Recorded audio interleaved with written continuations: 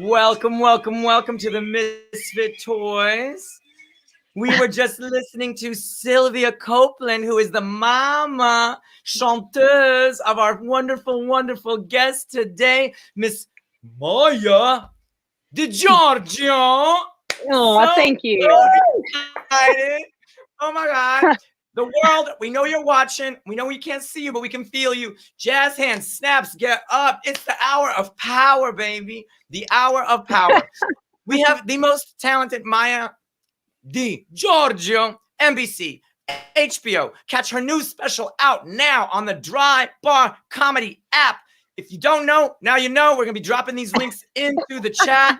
It is time for breakfast and BITCH. So what'd you have for breakfast and what is bizarre, ironic, terrifying, crazy, and hard in your life right now? Oh, bizarre. I'm being rude. Okay. Maria, let me give you a shout out because I just got carried away with the music and all the Creole-ness. I'm going to chill out now. I'm going 0 to 100 real quick, Iggy. I just had my coffee. Let me catch up. How you doing, everybody? Maija, you're looking gorgeous. That lighting, boom, boom, boom. I love it. I'm trying. I'm in the Tiger King cage in Florida, so I feel like I'm in Tiger King with the pool, and that's why Iggy's got the pattern on his head. I love it. So what'd you have for breakfast, girl? Dígame, tell me, what you got? Oh, okay. This is a bad breakfast morning. I usually am trying. I'm down here in Florida, and my pandemic has been quite delicious. I've eaten like everything I swore I would not eat. This is like no one's looking. I'm gonna eat whatever I want. So I have been on a like keto diet, but this morning I had chicken wings for breakfast. Yes. Chicken wings. Yeah. Girl, I love me some wings. Coffee and chicken wings. Yeah, exactly. So that's kind of like what happened this morning. It was a little bit of an accident. I didn't plan for the wings, but I ran out and I was like, I'm hungry. And then I was like, oh, those wings look good. And they were like hot and spicy. And I was like, you. So like, yeah, that's what happened. Live your best life. That was universe telling you live your best life. It was kind of between that or the good Chinese ribs down the street. And I was like, you cannot do ribs for breakfast. And I was like, no one is looking. So then, I rolled over and had my wings. Nobody to judge me. I was in private. Snacking on my wings. Maria, do you ever feel judged when you go out to eat, Maria? You know what? I don't know. No, because I don't pay attention. If I'm eating, like, you know, when I do, I'm feeling you. I got a good story. When I'm in the car, I feel like people are looking at me crazy because when I go in. Like I have a whole ass buffet on my dashboard. You know what I'm saying? And I do feel like people are looking at me like, damn, this bitch really going in. And I'm like, yeah, I'm eating. Like, what's the problem? But like when I'm out at a restaurant, not so much. So me and her could roll together. Because I'm the same, like when I'm right now, I'm trying to be a little, more, I'm trying to be conscious because I have been going crazy. Right. And so I was not at home. I was on my hike, which I was supposed to be on my diet hike. So, I felt like I had to hide, but normally, I'll have like, give me a rack of ribs. That's my thing. I'll have a whole rack and then I'll just black out. Like things can happen. I won't even notice. Like things could be happening. I'll be like, look, when I'm finished, I'll look up. Like, oh, that was wow. It's so funny that like sex and food just go hand in hand because that's what happens. After you hook up with someone, after it's over, you're like, what did I just do? Oh my God, is that just me? Is that just me? I don't know. But she's bringing up all the shame in one spot. Okay, she's bringing the walk of shame. It's just too close. I'm just like, wow, is that what is? Okay, well, maybe that's just me. The bigger the hoop, I know you're funny as can be. No, I'm not a big hoe. I'm very like I'm the opposite of a hoe. I'm actually the tease. I'm a lonely tease, but I'm. I'm here for the tease too, girl. Yeah, let them know that they can't have what they want. I'm here for it. Yeah. Like my relationships. Or if they can't cycle, whichever. Yeah. If they can't get this right, at least I can get this rack of ribs right. Damn right, girl. Where have you been all my life? Damn. I know. We gotta hang. We're gonna be dangerous on the road. See, We can do keto Korean barbecue, baby. Oh, like like like being gay in Hollywood. Like there's nothing worse than being gay and going to like a holiday party or going to like a party. Like I go to the bathroom not to do cocaine, but to eat cake. Oh my god! Like I have snuck sandwiches into the bathroom in Hollywood. I've had like, you know what I mean? You can't eat at a party in public. Like people look at you like you're like we're at a party. Like in the bathroom, I'm in the bathroom sitting there eating. Everyone else is like trying to do cocaine. I'm like, let me just get these snacks up in my body before. I was dating this one guy with I was waiting. This one guy had a drug habit, and I didn't know. People like, Maija, you can't date him. He's got a drug problem, this and that. And I was like, look, he left me with a rack of ribs. He disappeared for like 45 minutes. He went into the bathroom. I was good with the ribs. I didn't need the interruption. I don't want to share anything. And plus, he'd always like, yeah, I'll get my order. And then he wouldn't eat his order because he was too whacked out of his brains. I was like, oh, I'll just take those as well. So then I found myself in the ladies' room with like a sandwich. Like he's not going to eat the other half of this. God, I love it. But Hollywood, yes, that is like the most depressing. I'm a New Yorker, so like you walk and eat. Like you walk, like this is New York. I'll walk, 80 blocks, not even think about it. I'll just keep walking. I'll be like, I'm kind of hungry. I'll grab a slice. You eat your slice. You walk 10 more blocks. You're like, I can have another slice. And you get another slice, and you be like, you know what? I need something to drink. So it's you keep in motion. So you feel like you're working it off. You are working it off, and there's no one there to shame you. That makes so much sense. Like I can't go to. I think in Hollywood trying to hide my eating, I would feel dumb because if you saw me at a Hollywood party and I wasn't eating, people would look at me weird. You feel me?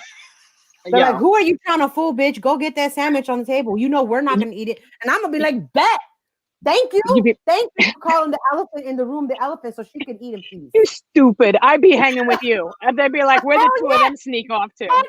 Don't shame me. You can't. I have this. You have to feel shame to be ashamed. I have this I one. want to give a quick shout out to Ray Okay. Turner, who's watching from Wales. Sammy over in Buffalo, New York. We got Mistress K in LA. Everybody's watching from all over the world. We love you. Speaking of all over the world, your parents. So your mother is Creole Black, correct? She's Black. She's not Black. Technically not Creole. They kept saying she was Creole because the record labels couldn't handle overqualified light-skinned Black people, so they have to make them something else. You notice, like that's not just didn't start with Obama. That's historic. Like, very overqualified. Let's just try to pretend she's got something else going on. No, she's just regular Black from the South. She's from Ohio. My grandparents are from the South. Okay, and then the other side, your dad is Sicilian. My father's Sicilian, but he was born in Africa. so you he was born. Nothing to talk about on stage. I've never talked about that. No, my father was born while Mussolini was trying to occupy Northern Africa, and my grandfather was in charge of all the transportation. So he was from Ethiopia, from the Abyssinian War into World War II. So Ethiopia into Somalia, my grandfather did 15 years in Africa, and my father was born there. Wow. Yeah, and they had to wait for the war to end for my grandfather to come here first. And then my father was like a refugee as a child with my grandmother hiding, the two of them just hiding in refugee camps for like 3 years or something crazy in northern Italy. And then they came to America, and he was the only child, and he was babied, and he was supposed to marry an Italian. If you're going to be that smothered, you're supposed to, Italians, you got to marry Italian. You have to marry like next village is, if you marry like a Sicilian marries an Italian, that used to be a drama in those days. So him marrying my mother. So ethnically, your dad is African, or is he Sicilian? I missed that part. My father is Sicilian, but his passport is Somalian. His passport is Somalian. He was born in what's causing me this line? He was born in Mogadishu, but that was an Italian occupation. So his passport is Somalian, and his immigration papers are all like place of birth, Africa, country. They call it country of birth, Africa. They don't even say where. Africa, and they even have a complexion section where it says, "What is his complexion?" Yeah, and that's he's considered wild. I just he's found considered out about medium. that. Yeah, they used to do complexion. I'm gonna inch this way to get the Oh line yeah, out of yeah, my yeah. face. There we go. That Okay. is wild. Yeah, I didn't know that isn't it? that was a thing. I just Yeah. found that out. Yeah, they hated on the Italians for a long time, but I think around like 61, between 57 and 61, they started Mm. allowing browner immigrants from Europe, but like they had a policy that if you were kind of from Italy, especially Sicilians hated the multicultural the Italians hated the Sicilians because the Sicilians were a Yeah. multicultural culture going back to like Right. the 1500s actually. If you look throughout the history, even the Roman Empire map has the town that my grandparents were from in Sicily was actually in the Wow. Roman Empire map. But because it was one of the first port cities, they had all the Africans and the Moors that came in and all the Arabs that came in, and their cultural food is like couscouso, which all of Italy doesn't do couscous, but that part Oh, of Sicily, that one town, is famous for the couscous. wow. That girl, I love history. So you are just giving me all the goods. I love Yeah. that. That's The wow. Italians had an interesting. My Italian family had a very interesting story of struggle, and I Yeah. always look mostly to my mom's family for my strength, as Iggy was talking about strong women. Mhm. But I also, like years later, learned of just how strong my Italian grandmother was as well, for like running with a 2-year-old and hiding in refugee camps for 3 years, and no one knew if they were alive or dead. And in the heart of the war, in the heart of like bombs dropping on them and running and Oh my hiding, and gosh. it was crazy. And she was so like Yeah. talked about it so nonchalant, like right before she died. She's like, "Yeah, it took a long time to get it back home." You're like, what happened after that? Nana is gangster. When you're a Oh, gangster, it doesn't phase you. she was so gangster. She was so gangster. But like, you have two different cultures that are opposite, and the Italians were actually taught to hate Mm. African Americans, and and also by how these soldiers were taught during the war, were treating the African American soldiers during the war, because it was the Tuskegee Airmen that took Sicily. So all of Italy and all of the world has seen how badly that our own country treated the Nazi soldiers better than they treated black soldiers, and who were, you're talking about our own POWs had better treatment. So Right. it's a rich story. Whew. So I love So that. Yep. Education. Comedy is about education, and it's time to learn, people. I want to ask you, like, so growing up half black, half Italian, that's a lot of code switching. Was it for you? Yeah. And what does code switching mean to you? Well, a code switching means you're switching almost you're not doing it on, it's really how people communicate. So your code switch is like a perfect example. The cleanest example is my Italian grandmother, my Italian family. All the women were called my aunts, and all of my mother's sisters on the black side of my family were all aunts. So I would never say, not even thinking, Aunt Betty, Aunt Nettie. I would say Aunt Nettie, but Aunt Joan, Aunt Marlene. So it's people don't realize the cultural divide that subconsciously that when you're living in the two cultures, and the cultures that don't blend at all. And that's I actually so subtle too. Yeah, it really is. And I think people also too, in our country, we have so much of an issue of and I think this is one of the things I missed in my education, because I lost my mom at 14, was understanding that the rest of the world is really caught in complexionism. And when my mother was of the age where people didn't say that you were black was more considered a derogatory term. It didn't come till the 60s when it was, Black is Beautiful movement came. It was all, we were people of color. And my mother was traveling through Europe in the 50s. So you're talking about a movement that was, if you are a different complexion of black person, you were still a black person. So like, I don't care if you're light skinned or you have a white father, you were still, by the United States laws, returned to being black. Nobody counted the white side, they count the black Right. side. I mean, they still And do that now. Shit.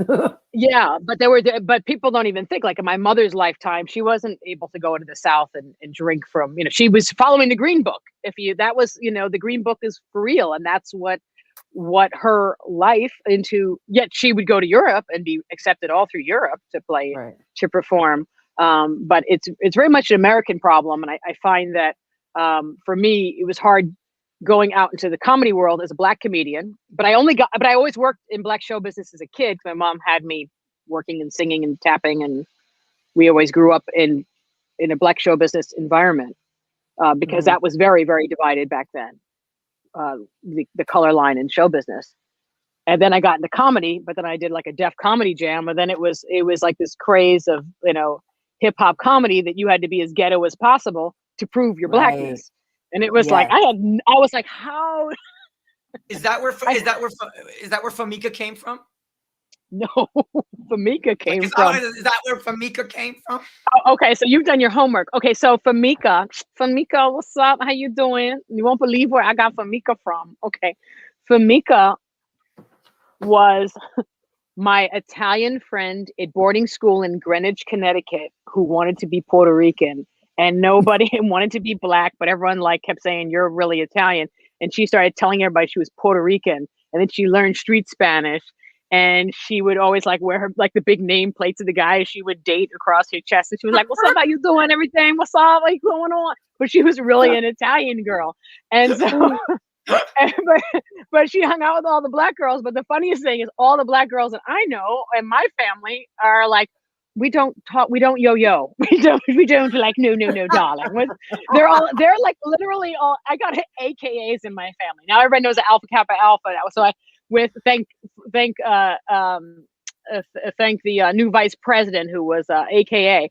So who's an AKA. So they were in the black sororities. And so come from very well-to-do. So they were appalled by my Def Jam and my black comedy circuit performances. We're not those black people, darling. We're these black people. And they all speak like that, darling. How are you? Like my mother would always speak we always sound very, very, very, very, she couldn't even do an interview without talking like this. And her friends were like Jeffrey Holder. Remember the Uncola guy? The 7-Up guy who was in the James Bond, the bald guy, and he talked like this. Yeah. So all of her friends, they were all, in fact, this is the best story. My mother was friends with Toni Morrison. So Toni Morrison does a play on New Orleans, and it was all about the Creoles. So my mother had a role, and also in the play, in the workshop was Antonio Fargas, who played Huggy Bear on Starsky and Hutch. And I was like, wow, that's the pimp from Starsky and Hutch. And he came over. And so he comes over to my mother and he's like, Sylvia, darling, are we going to brunch? And I was like, do they all every black person I know spoke like this. So for me to actually have to get into the hip hop world and be like, yo, you heard. It was so weird. So I had white friends that were teaching me, this is how you act black. And so, and in fact, when I used to work for Hot 97 radio, it was all white employers who were like, can you say yo, hello, what, you heard? And I was like, let me try. Let me try yo, holla. And it was, so I think that has been the extreme, is that there's many different black experiences. Yes. People do not allow, America's not allowed to believe that. We're supposed to only believe, this Huggy Bear that we're, not to say that we're not all in the struggle, but to say that white America, it's funny. We're in a very strange time in America, and not all of white America is claiming the people who stormed the Capitol. Even the president, they said even Trump was like, those are my followers. He was more appalled by what they were wearing than that they tried to kill Pelosi. You know what I'm saying? It was bizarre. So that's there's classism. Yes, we can be snobs too. And it's funny because I usually I find myself in a weird space of when I meet white people, they find that I'm black, that they want to talk to me like oh, you poor. I'm like, no. My people outrank you, darling. we outrank you. My group outranks you. It's like my people know which fork is what fork. You know, I like, so it's interesting. Like there's such our history is important. It's very, very important. And like what Iggy was saying too about strong women and coming from a long line of strong women is you know, someone once wrote on a post, and it wasn't too long ago, they were like, oh, the very rough Maija DiGiorgio. I'm like, rough? One, I don't swear. Two, I have to write a swear. Like someone has to, I don't even write swears in my joke. Somebody will give me a joke, like, this is a joke. I'm like, ooh, that sounds cool. I'm gonna swear. I'm an actress. That's how you know what I'm saying? They're like, you know, I mean, I swear to God, I'm in church like 4 times a week. Okay. I mean, I'm not trying to recruit anybody, not even creepy church, but you know, not creepy church, good church. I'm like, I feel like I'm chasing the sun. Yeah, like normal church. I'm chasing the sun. I'm trying to wiggle back. It's all setting on me. Don't let the sun go down on my forehead. I'm dying to know because I've been looking for it. I can't find the clip. Can you tell us about your experience on the stage at the Apollo? Yeah. I looked for a clip. I'm like, I can't find the clip. I know the moment, but would you share with us that moment? Okay. So what happens is, now, mind you, I got the best comedy training in the world. Oh, you know what? I think if I scoot this way, I'll be out of the sun. Give me 1 second. It's driving me crazy. I have a line on my face, darling. It's unacceptable. So, okay. Is that better? No, nothing is better. Okay, this is Florida, but you have to just listen to me. Perhaps if you scooted back, darling. If I scooch back, I love how she's talking to me, Maria. Maria and I are going to go eat ribs and be shameful. And then when people go, look at those two eating all those ribs in public, we'll be like, I'm sorry. What did you say? Pass the hot pot. I'm waiting for the crab legs, darling. I'm waiting for the crab legs. It's not suffice until then. I never felt. I never cared to use my bourgeois stuff, except for when people start putting me down. When they look down at me, like, well, you know, like I had a manager actually say, he said, I understand you got a lot of fire in your belly. You had a hard childhood from all those hard times growing up in the ghetto that you've seen these. I'm like, I went to boarding school in Greenwich, Connecticut. I was supposed to go to Juilliard. Okay. So comedy was an accident. If my mother was still here, I would be like some chanteuse too, like doing bird calls like my mom. Okay, this is terrible. The light is hilarious. All right, We're gonna do my Apollo story. Okay. Yes. I'm gonna have to tell it like this. Okay, so my Apollo story. No, just do it with the cross in your face. Jesus is coming literally. I love you. I love him. I love him. You are my best friend. I can't wait till we get back to LA and get to hang together. Okay, so my first TV taping, I get a phone call, and now, mind you, I'm bombing everywhere. I go to Uptown Comedy Club. The guy who plays .com or whatever, Tracy Morgan's on that Tracy Morgan show, that's Kevin Brown. Him and his brother Andre own the Uptown Comedy Club. They trained Tracy. They trained me from like getting all booze to crushing. So I finally crush after this workshop I do with Andre Brown, and I get a phone call from Barry Katz. He says, would you like to do the Apollo? I mean, you know, I'm like, look, it's $1,000. I'm like, I'll take it. I've never gotten paid in comedy ever. I'll take it. And I don't even think like, oh, they boo people on the Apollo. And I know that they booed my friends. Like they booed Artie Fuqua, who was one of the guys who was a survivor from the car crash with Tracy. And anyway, so I go in and a fight breaks out in the balcony. The hook comes. I love him. I love him. And they send in 2 white cops across the stage to break up the fight. So the audience boos the cops. So now they turn around and they say, put it quick. Steve Harvey goes, stop booing the cops. I go, boo, he sucks. Like start booing Steve Harvey. So Steve Harvey goes, quick, get a magician. And they put on a magician. And they're like, we saw how he did it. He's a fake. Get him out of here. And they go, quick, get the comedian. And so here I come out like, and I'm like, I'm here to tell you that I'm half black. And the whole room just starts booing. And I yelled, shut the hell up. I don't know where that came from, but I went, shut the hell up. And they shut up. And then I was like, you better tell some jokes fast or you're dead. So I rolled through like 4 jokes real fast. got standing ovation, like 3 standing O's in the set, and then I got out, and then yeah, that was the scariest. Yo, it's there, girl. It came in clutch right then and there. It came in clutch, like yes.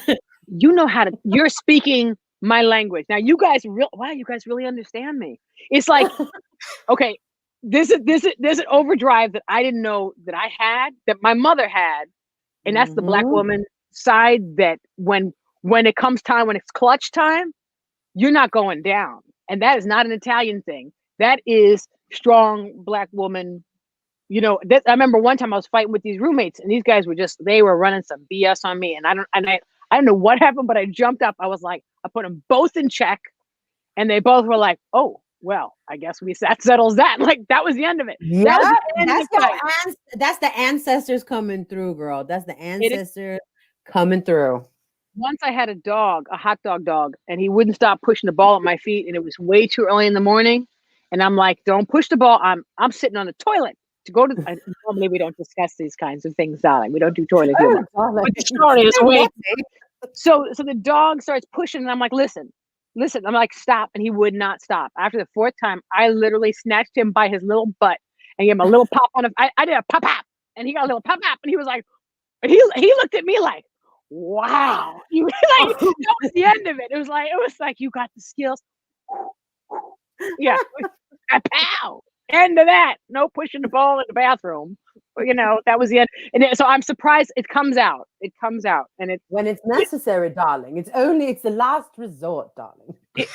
Yo, my mother was as bougie as can be, and I will tell you, and you can hear by the record, but whenever a fight went down with one of her sisters, she was the one they would call, and she was 5'1". Like, if it was like the ex-husband had kidnapped a baby, like crazy stories, and he had like drug buddies at the place, and then here comes the diva in her little mink coat.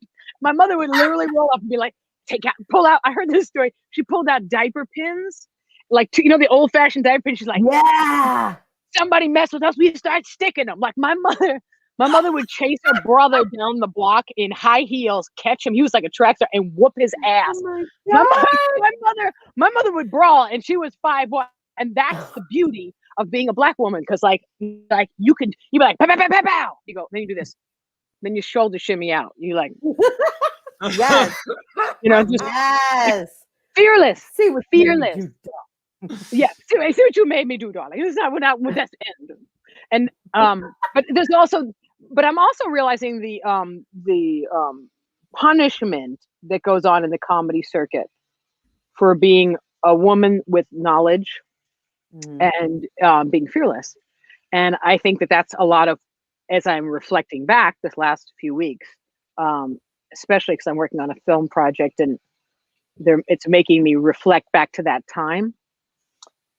And I'm seeing the resentment and the head games that are played, and how hard it is, because you almost have to, you have to dumb it down, and you have to let the guys feel like, because it's so run by men, and even the clubs that aren't run by men, they're actually run by women that are not really a friend to females. It's very, very hard to find women with support. That's not like a jealousy or a backbiting or trying to get you to do sexual favors to get the job, or to get you to actually humiliate yourself on stage by doing humiliating jokes sexually that advance, because most of those females advance. Do you know what I mean by that specifically? No. Okay, take a great comedian like Adele Givens. Okay, I don't know if you remember Adele Givens from Def Comedy Jam. I love her. I love her. Yeah, that's what I grew up with. The strong Black female comics. So, like, aside, like, Margaret Cho's my inspiration. She was one of the main ones, and then the rest were made, like, Queens of Comedy, S'more, Monique, all of them. So yeah, I loved all of them. That was my big inspiration. Well, most of the comedy that is sexual in Black comedy I'm not going to take this. I'm going to toe to toe you. Oh, you think you got me? Well, I'm going to punk you. And then you look at the white female comics, that have just very recently, especially in the last, like, I'd say 8 years, are very dirty. They're more about, and then I let this guy smack me on the head with his you know what, and then he came on my face. Isn't that funny? You're like, no, you just played yourself. So there's a very fine line of how women play themselves. It's different from women who are empowering of, all right, you're going to go here. I'm going to take that step. And that's, I think as a comedian of color, that there's a consciousness of, culturally, we've always been under the umbrella that we were easy. That's what they always have done with, like, when people have crossed into different cultures that are, like, especially even in dating, the women of the different culture is considered, oh, she's going to be easy, whether you're Latino or you're Black, or, that's always been one of the challenges, I think, as women. And so for men to take you seriously, they would come and date you, but they didn't want to marry you, was considered the thing back in my parents. Yeah.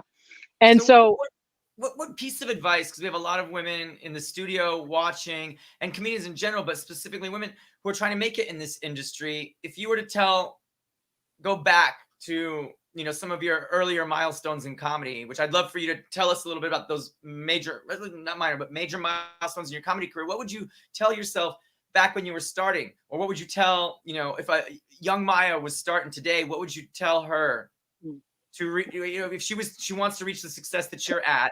What trust would you tell yourself. her? How does she get there? What's the roadmap? Trust yourself. I think you have to come to a point of, and this is kind of an important conversation, so I might just push myself shade here because I don't want to. Whoa, we got the sky. Oh, that's nice. Okay, I think it's important for young women to be yourself and to trust yourself. When I first started, I got booed a lot of places, but I crushed in a lot of places. And I just recently looked at my first couple stand-up sets ever. My first and second sets were probably the best sets I've ever done in my life. And it's taken me forever to now realize how good I really was. And, actually, it took Robert Townsend actually looked at one of those jokes and was like, are you crazy? That joke is great. I was like, no, it's just in my pile. He was like, he was helping me get back into comedy. And this drives me crazy. It was my first joke. So who is it that these guys that have told me I don't know what I'm doing?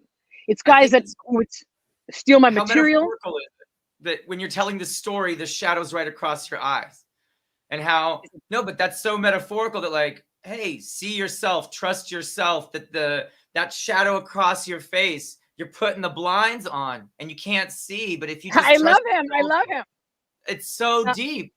And just that inner voice, that trust, and deep inside what that is. If you just pause and listen to that inner voice, is really, that's what you should be listening to, not all those other people.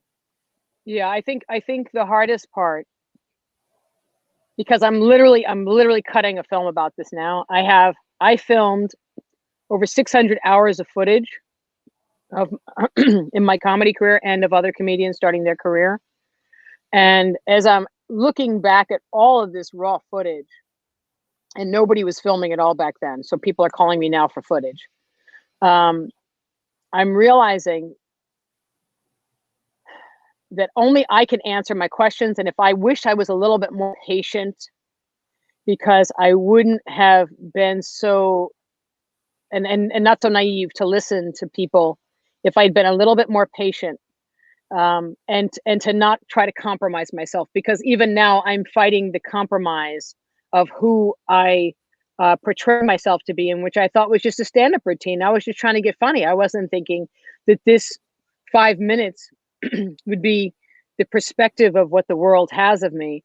And so in a way, even like I said, when I was speaking with Townsend, when he kind of talked me into going back into comedy, or fought with me tooth and nail to kind of get back into comedy after I quit for so many years, the thought was, he was saying it was good that it didn't happen, because you weren't true to yourself. You weren't truly who you are. Right. And it's hard to correct that and change that later. I feel like, so So okay, so I like the fact that you are speaking on this is really like just hitting home because I have this. I think about this all the time, and I kind of struggle with it. I'm struggling with it. We all kind of do. But would you say, looking back now, would you, like you said, you would be patient? So you would be like, if say it took you longer to get where you are today, but you were true to yourself, would you stick? Like, would you have like?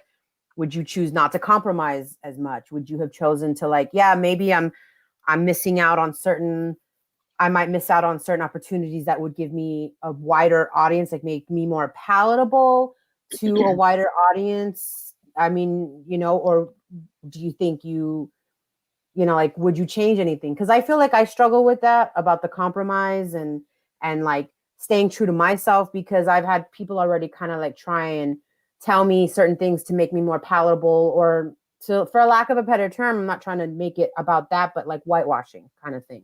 Like, because that's a lot of what it is. Like, let's be honest, is when you say palatable to everyone, it means less of toward, like, it's less of a specific demographic and audience and more of like the masses, which that's what it is. Well, I feel like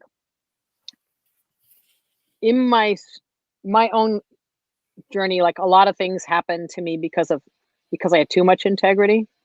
And as I look at it, I had too much integrity, and I had too much. I made really hard choices, and I was fearless in those.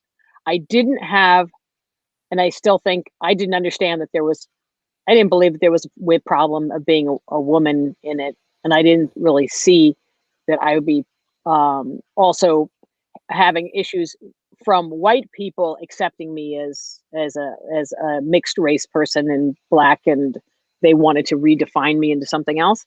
But I think a good manager is important to speak for you, because if I had a manager that wasn't resentful or playing a head game or didn't like women and had his own issues, personal issues, or like wasn't supportive of women or didn't understand strong women or wasn't really strong, I have a manager now that is a really good man. And some people are like, well, does he understand like how to get you through here, get you there? I'd rather have a good person that I know I could fully trust, that it will tell you, I don't think this is right, or I can't sleep at night if this isn't right. Yes. I would rather have that person, because I can always find some, you can always produce with something like a producing partner, or you can go into working with other people that you bring in, but you're close. You need to have somebody who can say when something goes awry, can call them on it. And you need I think a male manager too, because when you're fighting sexism, you can't, it's like I'm going to fight racism, and I'm a brown skinned woman, and I'm going to have another brown skinned woman fight to change the laws that are set by white men, and a white supremacist is a guy who I have to convince. Right. I feel like we have to have a broader coalition. Men talking to men calms people down. I think that we need more allies. We need allies, and I think for if you're going to be wise and you're going to be fearless, I think one is the other thing is on what I'm learning the last few years, and I don't feel like it's a censorship. Being clean is opened up a lot more doors for me. I'm the first person who could toe to toe any of the crazy drunk New York male comics. You put me in a room, I'll toe to toe you. I don't care. It could be I'll say whatever dirty, whatever I gotta do. But to let people know that let people know how what kind of woman I want to be, what kind of family that I come from, what kind of integrity do I have, and don't be afraid to lead with that, because I think somewhere along the lines, you're as a woman of color, and as a woman who comes from a really smart family, and my mother being this high level performer and this and that, like chanteuse and singing with all the, just being the reason why all the bourgeois stuff happened was because the box of you're rough or you're gruff or you're anytime you're a person of color that you're in this box of something. I'm looking at your boxes, Misfit Toys logo.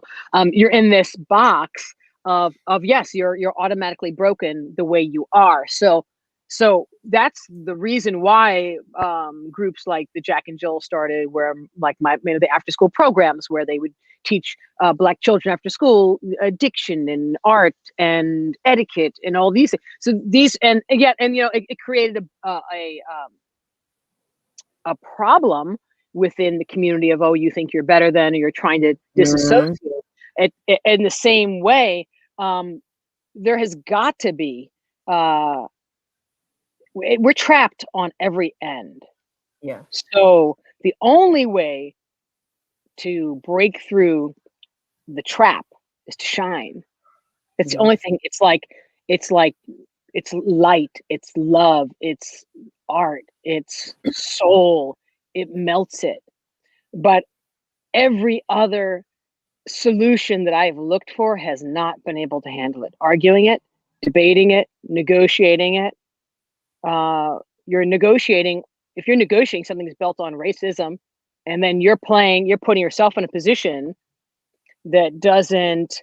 You're not helping your own story by creating a joke because you're trying to get a bunch of drunks in a room somewhere to laugh at your joke, and you diminish yourself in that joke.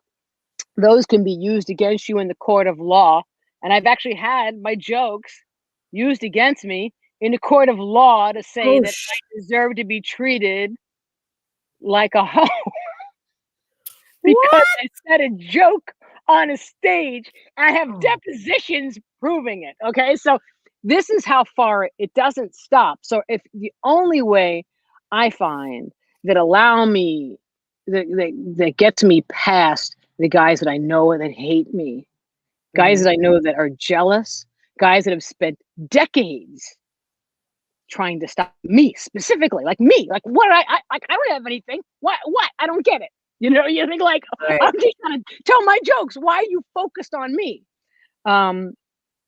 Is to shine and be loving and to inspire better behavior. Because until you inspire better behavior, you can't demand better behavior because now you got to come down to their level. Yeah. So if your mother came here or your father, like my father, came here, and when you come from immigrant families, they're meticulous. Your shoes have got to be perfect. Your clothes are got to be perfect. You got to be, the type of people that will fight with you because you don't have a slip under your skirt. You're like, people still make slips. I'm a bad Asian daughter, let me tell you. I like it. For sure. But I totally get that. But we're not out of the war yet. Right. You have to shine above it. You have to be beautiful above it. You have to be smart above it, because it's what it is. It's all of racism and sexism and jealousy. It all really comes from jealousy. It comes from hate, Yep. So you can't fight hate with hate. It just inflames it. So I find to control your own art and control your own fear is the only way to stay on your own trajectory. You set your goals. Life always will take you in different journeys. God takes you in different journeys. Your whatever your faith is or background is. The giant one love kind of moves us in different spaces, and we try to take our lessons, our life lessons, as best we can, and we try to get to where we want to go and stay focused there. But the focus needs to be on how bright can I shine? Because when I go into a room after quitting comedy for many years and being chased out, and I've been through so much, it's a little mind blowing, all the stuff that's happened to me because I wanted to work in this business. But the only thing that makes me want to get up and face these dark rooms where you go into some of these comedy clubs and it's vile. Like, as a woman to go in, somebody asked me to describe it, and I'm working on a film and I'm trying to make it funny about what it's like to really go into a comedy club as a female, a young female. it's vile. It's unless you were brought up like in a brothel, which you could be, but they will find every way to if you're really good, and they do it to each other. Male comics, they do it to each other. It's locker room stuff. But now you just walked into the locker room, and so now you have to either snap and you're trying to stay with it and be cool. It's all right. It's okay. This happened, but it's all right. This guy was inappropriate, but this happened. This guy attacked me on the walk home, but it's okay. It's cool. I'm good. All right. But is your spirit good? It's not okay. I know, but you still, but I know people whose careers are ruined and their dreams switched, and it's not okay, but it is okay because the hierarchy does not come down. Like we can sit here and say it's not okay, and it helps me to hear you as a man say to me it's not okay, but I still got to go to work tomorrow. Yeah, and I still got to stomach it. So how do I let the guys who are saying it's okay, we're gonna help, we don't want you damaging this guy's career, and act like they're gonna do you a favor because they know you got wronged, but then they'll eventually want to work you out. See, it's like sexual harassment isn't just like sexual harassment. It's not about the guy hit on me at my job. It's about now I'm the problem because I know about the bad behavior. Yep. And I could, because I know this secret, I could destroy him later. So let's find a reason to get her out of here legally. Right. And we don't even have those restraints in the comedy club. You're talking about no HR, nothing. Nothing. You're in the den of wolves, and that's it. You're in the den of wolves. You're hearing things. I mean, you walk in and guys are doing jokes about cutting off women's heads and having sex with their skull. I've heard this. Yeah. And then they grab you. I've had been grabbed. Like guys walk up and grab you in the crotch and say all kinds of stuff, and then follow you home and attack you in the apartment, then slander you, and then tell everybody they slept with you, and nothing even happened. You're over there making a police report, and they're acting like they got something. Meanwhile, you're like, you know what I mean? And you're being cool. So I am going to send all my Misfit toys a mace. So when you go, you bring your mace to the club. This is going to be the new. This is not okay anymore. I'm so glad. No, Maija, you're talking about this because so many of our female comedians experience this, and I'm just having them hear that from you, and then like that this is something that even you, who has so much success, has gone through and is still going through, and just to talk about it is so important. It's so like it really. Yeah. I mean, I know female comics have had it worse than me. I mean, I've had a lot of insane, but I've had some insane stuff, like relentless, and it's just trying to do my job. And you know what, guys that you go like guys that are like guys that started after me and they're doing great. And then here's the best. They go on and they go and get families. They go get married and they go this and that. And meanwhile, you're traumatized by every guy you see. So then you're going to be single. And all these brilliant, strong women like Vanessa Hollingshead, these women who are very incredibly, I know female comics though that have like been raped on the road, have been beaten up on the road by guys, and the manager be like, oh, don't file the police report because he needs to have a career, so don't worry, we'll look out for you. And then they never look out, and then you're going, what's wrong with me? So you're shamed for knowing.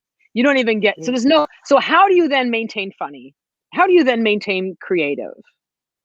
How do you then, when you have all this go and no change?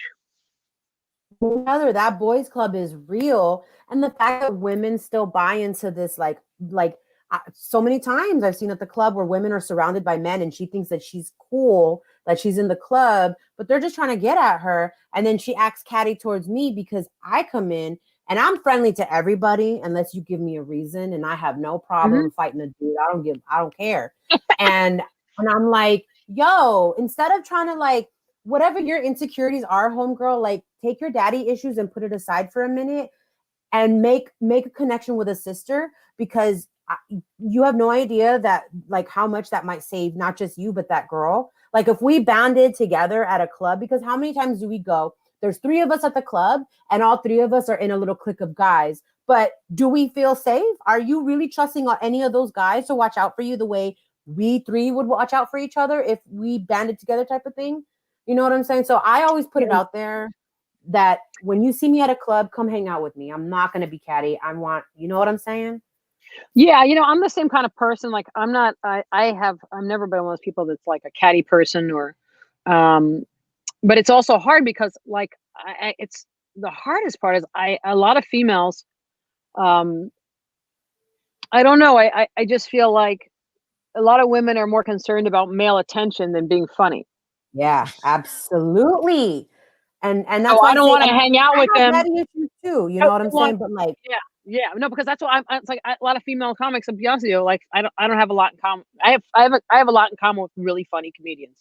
I don't have a yeah. lot in common with female comics. I have a lot in common with funny comedians. Mm. And then funny comedian, the funnier the comedian, the nicer they usually are to me because they kind of respect my dues. But the fact is that Ray's got something. Sadly, a global. Want to read Ray? Yeah, it's sadly global. A promoter over here is known for only giving female comics a slot on a bill in exchange for a BJ. Yet nobody will expose him for it because of the amount of power that he has. And people don't realize the people have the power. Like you think that if you They all band comics have together no and power. ban them, No, comics have no power.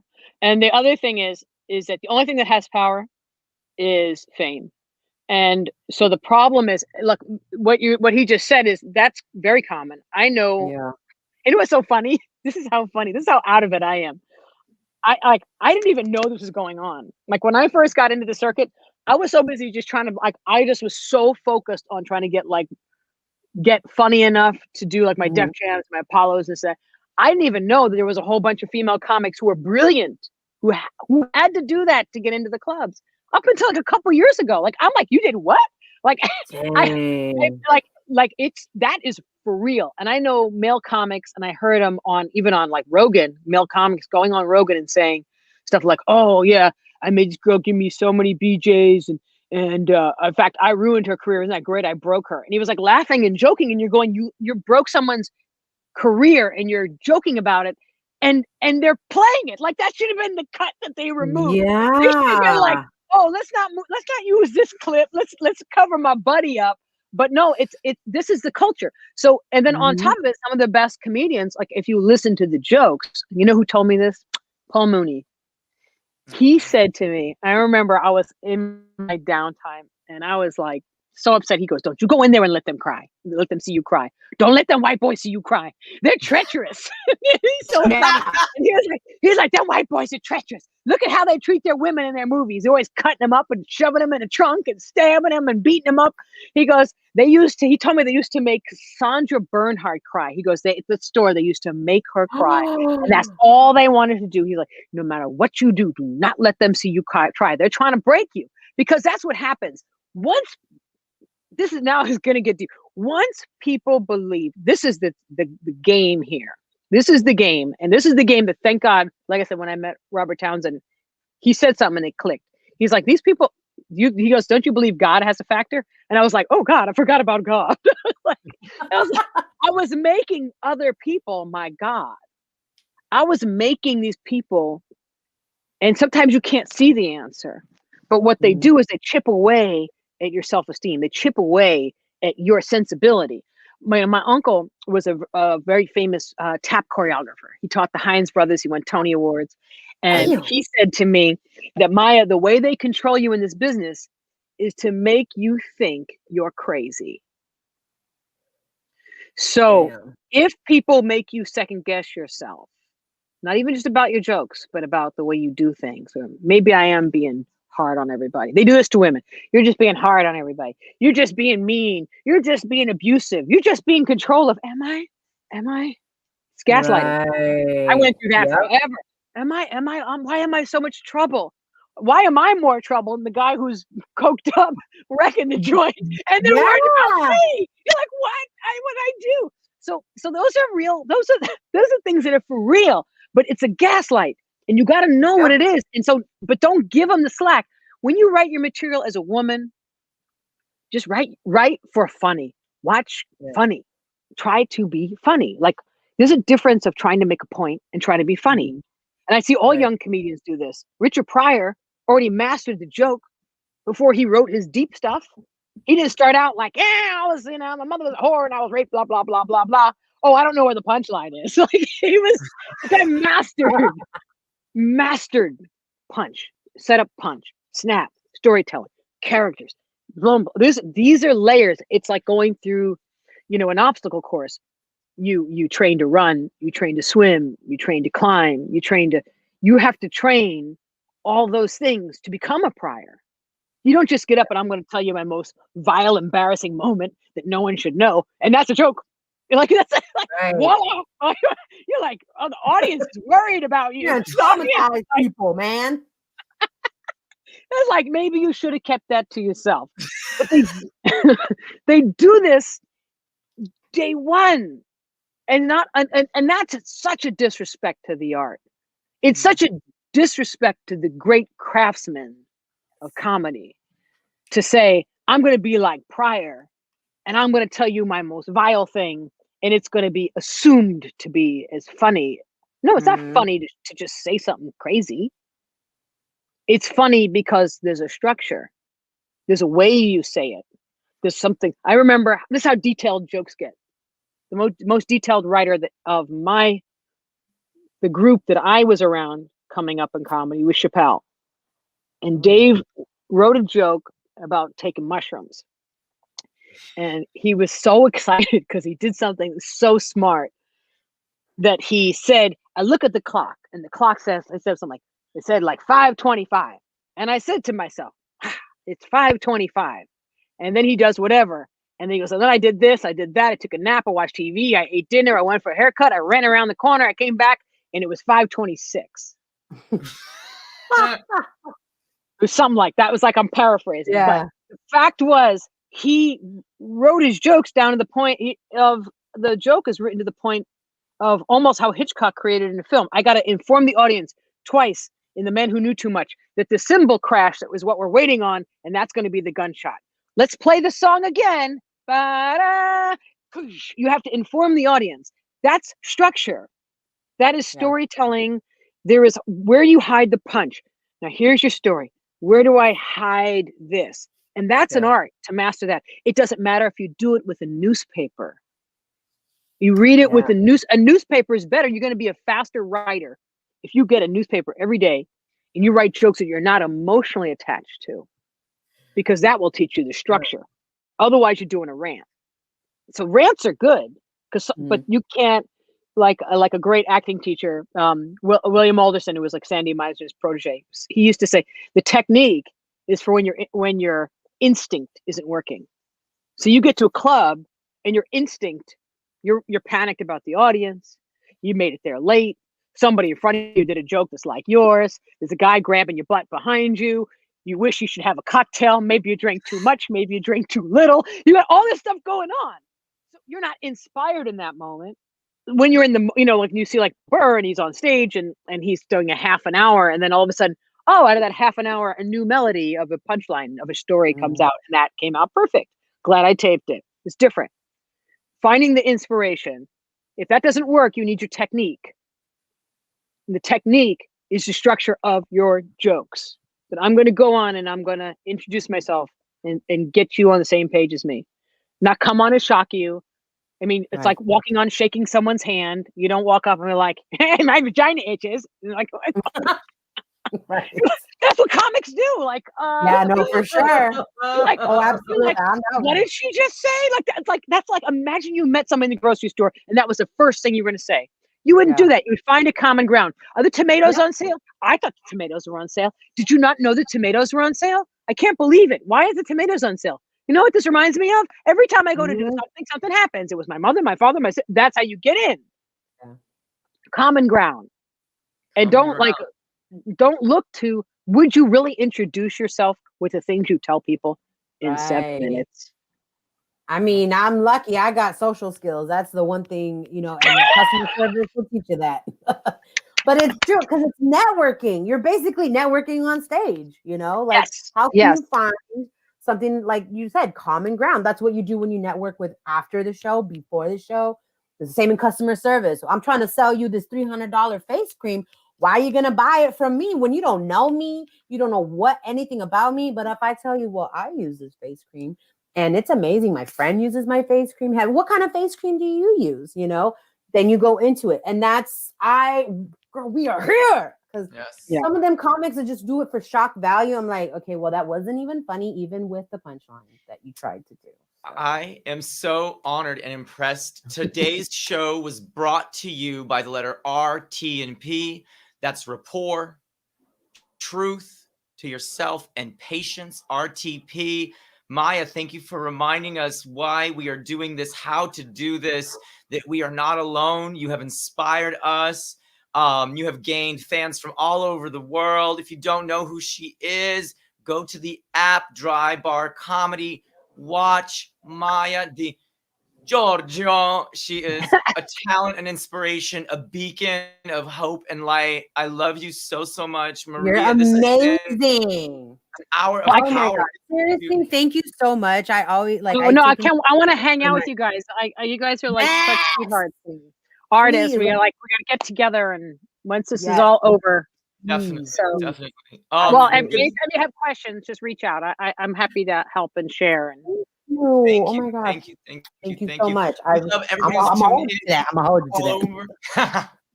over. Oh, Ray, Bosco de Pompeo, everybody from New York to LA and in between. We love you so, so much. Maija, love you. We're going to end the broadcast. Good night. Good morning, wherever you come in.